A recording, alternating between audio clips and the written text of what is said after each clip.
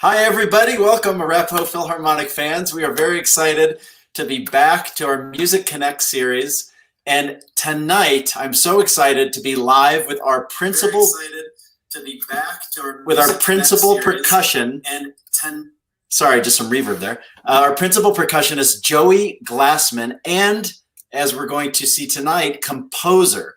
I would encourage anybody who's listening tonight, we are on Facebook Live, we're on YouTube. This is going to be a fantastic concert, about half an hour. Joey's got some incredible music lined up, and I would encourage you, please do share it. I would also encourage you to ask some questions. We're monitoring the comments and ask some questions for Joey about his instruments, about the music he's playing, and anything else you might want to know about. I do want to warn you, there's a little bit of a delay in the sound. So if you see something a couple seconds behind, it is not your computer. We're just experiencing a little delay with our software. So just the program, Joey's going to play some marimba stuff, a couple pieces, one by Eric Samut and one by Bach. And then he's going to go into a couple of snare drum pieces. And then he's going to give you a sneak peek at his new upcoming album that will be released on my mind from that. So just to start, I wanted to bring Joey into the conversation. We got two pieces. Eric Samut, who was a marimba virtuoso, a French composer, talked about how he wakes up and he improvises with mallets, and he doesn't write things down. He gets it in his body, in his mallets. This really awesome piece of music that was written, obviously, for marimba. And then you're going to play a piece from the Bach Lute Suite. We think that was written around 1715 or so, originally for lute, but it looks like probably Bach would have played it on this lute harpsichord instrument that he had it arranged for. You're going to play the first movement from the suite, which is basically the prelude. It's called the Passaggio and Presto. Can you talk about, Joey, just the differences in your approach and style to these two distant pieces? Sure. So the Samut is a lot more contemporary, and a lot of the harmonies in the Samut are like jazz inspired. So where with the Bach, you hear a lot of like very traditional, but with the Samut, you'll hear things like this chord or this chord. And those weren't really in Bach's toolbox. So for the Samut, it's a lot more driving and a lot more groovy. And the Bach is more about the direction of the line and trying to make that really clear, and being very emotive in that way. So in terms of implements, like for the Samut, I'm using a harder stick. And for the Bach, I'm using a darker, softer mallet so that I can really get the richness of this marimba out. That's amazing. So we have rotation number 1 from 4 rotations for marimba by Samut. And then, of course, the first movement, the Passaggio and Presto from the Bach Lute Suite in E minor, BWV 996. So without further ado, here is Joey Glassman.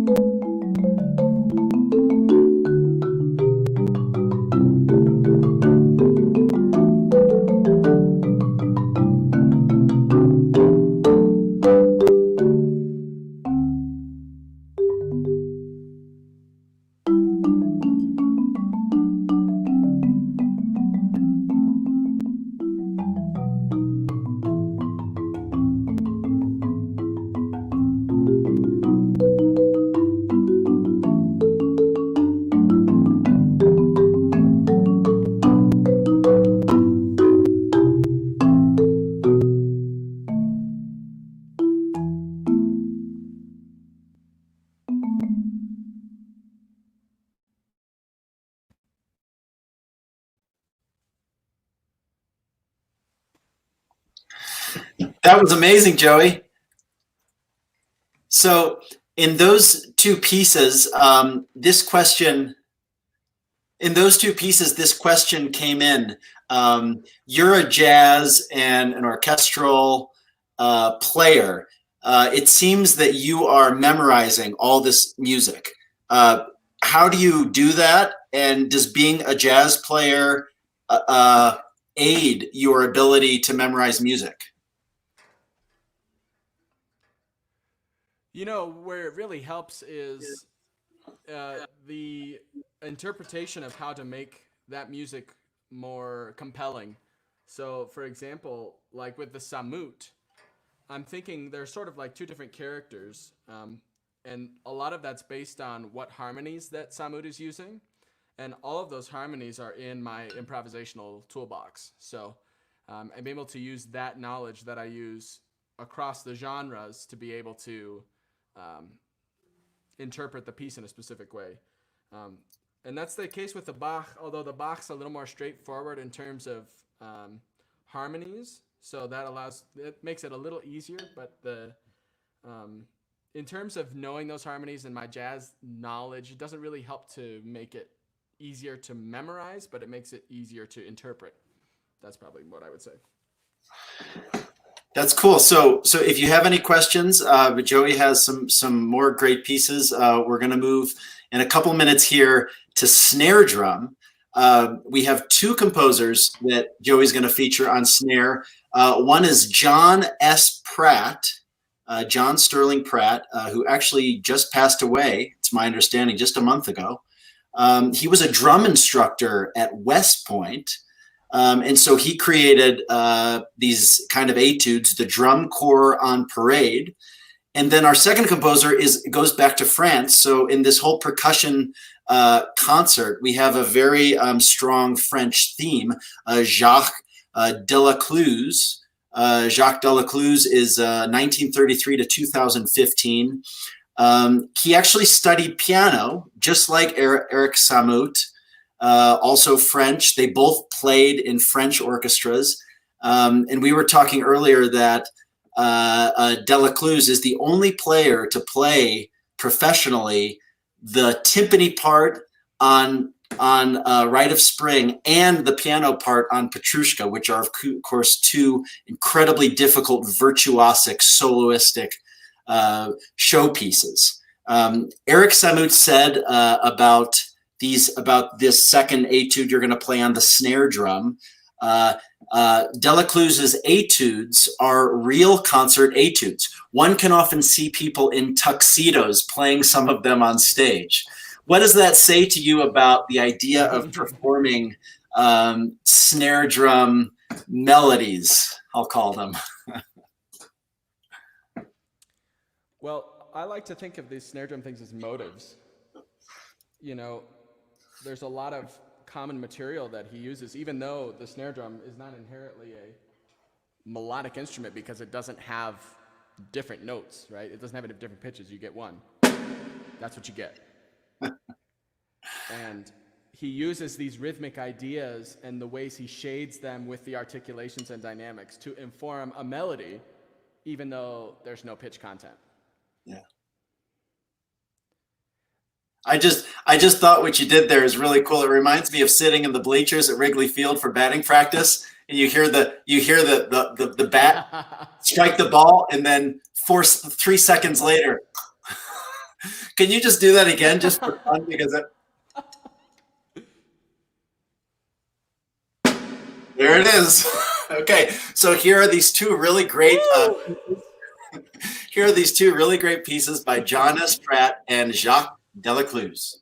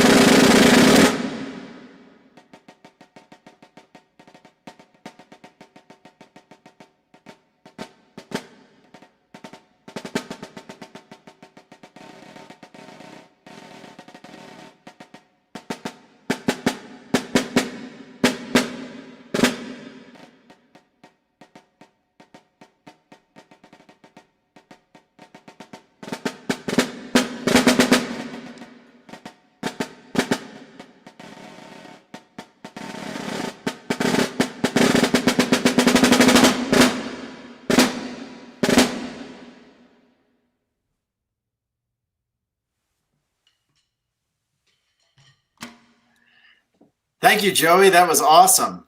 So the last piece on the finale of the program is going to be some of your own music. And I understand that you sailed through the fjords of New Zealand and you wrote some music about it for vibraphone. Can you talk about that experience? Well, the fjords were absolutely stunning, as you can imagine. The sights in New Zealand are unparalleled, I would say. But what I did was I did a time lapse on my cell phone of the fjords, and it was about an hour that got brought down to like 4.5 minutes, and I was so moved by the sight that I saw, I actually just put my phone on a music stand in front of a piano and played. And so what resulted was the fjord. So I actually recorded that improvisation and transcribed it. So what you hear is that. And what's interesting about this is you'll never hear me play it the same way twice because it's an improvisation. I actually wrote it like a lead sheet. So I've got an approximate melody in terms of rhythmic structure and then chord changes on top of it. So and this piece is the ending track on my upcoming album called On My Mind, which I'm really excited about.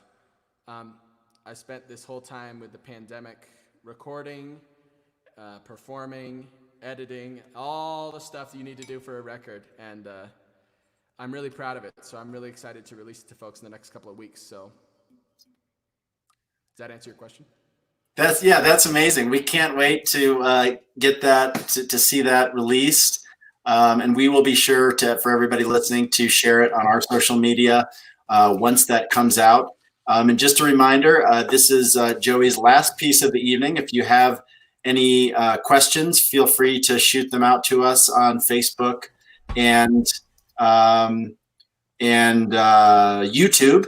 And also just a reminder before Joey gets in to the fjords of New Zealand, that for Arapahoe Phil, we are in the midst of our spring fundraising campaign. We are at 75%. So we want to go over the hump and make it, way past our goal. None of this, of course, is possible. These performances, the exciting plans we have for when things get to reopen again, keeping to bring amazing orchestral music by our community for our community as we move forward. So please consider making a donation. You can donate online at arapahoephil.org. You can see, or you can donate. There's a text to donate thing right under here. So with that being said, after Joey's last piece, we will come back on briefly with any questions you have for Joey. And take it away, Joey.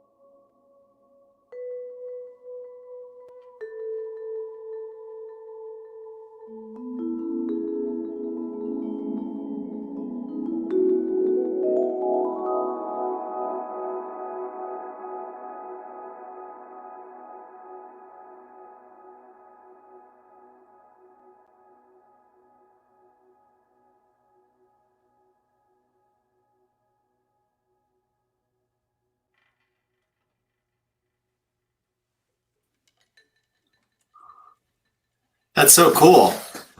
That's very, very meditative as well. So we did have a couple of questions come in. So where can we get the sheet music for that?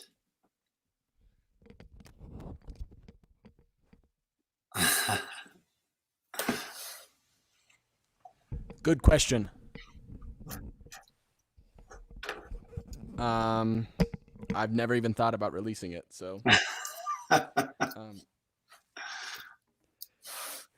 You know, the sheet music doesn't say much either. For those interested parties,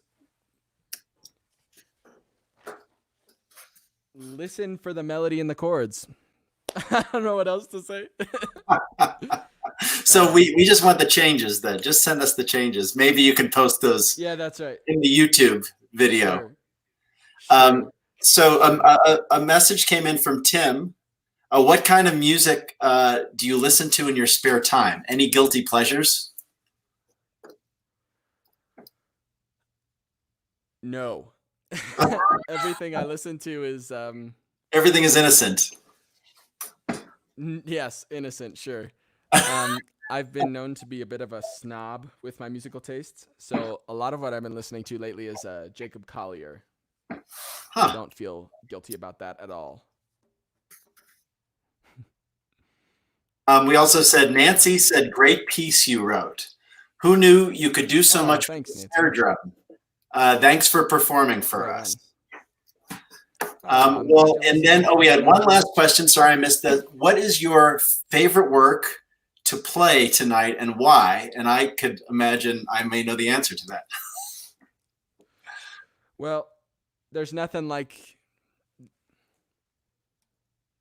at the risk of being egotistical, there's nothing like being able to play your own music. Because, you know, I have a lot of freedom in it, you know. I don't have as much liberty with playing what Eric Samut wrote. And I've been playing jazz since I was a boy, so it's really nice to be able to improvise a little bit in that. So, but I think maybe an addendum to that question, I would say the most difficult would be the Delacluse snare drum. What makes that the most difficult? Because you would think just on watching it that just playing a snare rhythmically, and actually that reminds me of 25 years ago when I was studying the Robert Starr. I don't know if you've ever heard of these rhythmic exercises where one hand is one rhythm and you're doing a cross rhythm, and it's a very small book, but it gets by the middle and it just gets so impossible. Like maybe only Pierre Boulez could do it or something. That's saying something. The thing that's tricky about the Delacluse is it's like the loudest dynamic to the softest dynamic, and you've got 1/16th note to do it. And with snare drum, like everything's about velocity and height, right? So the higher you are, the louder it is. And if you're trying to go from super high and loud to soft and shallow, I guess, that's really difficult, especially when there's speed involved. And about that Delacluse too is just making it so consistent. So it looks like you have a nice setup there. Cindy is asking, how many instruments do you keep at home? At home, well, I've been really lucky. I've got a good friend named Rachel who let me borrow this marimba. So this is her marimba, but everything else is mine. The thing about a percussionist is that you basically need your own storage unit for all the equipment you need to keep. But a short list of what I got set up usually is a marimba, vibraphone, xylophone, drum set. You know, just the little things. And then we have a question, a follow-up question that Tim and Nikki want to know. What is your favorite instrument to play? And I'd like to know that too. In the classical world, it's snare drum. In the jazz world, it's vibraphone.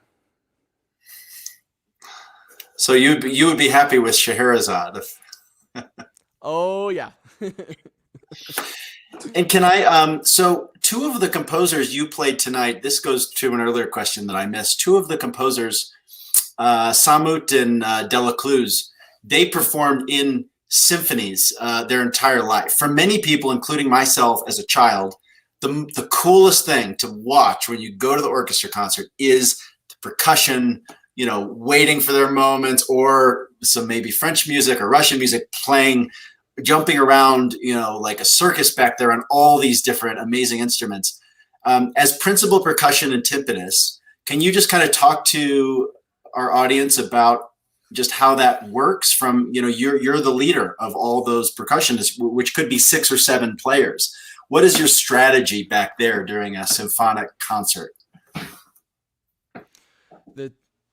The one of the most special things about percussion and one of the most tricky things about percussion is the setup and what we all have to play, because you can't just be a snare drummer.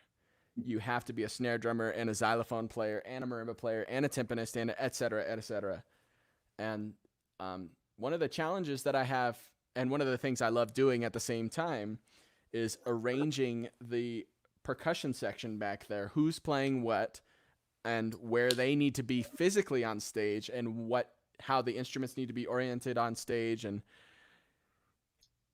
the principal percussionist in most orchestras, I think in all, I would say, is both the lead performer and the stage manager of the percussion.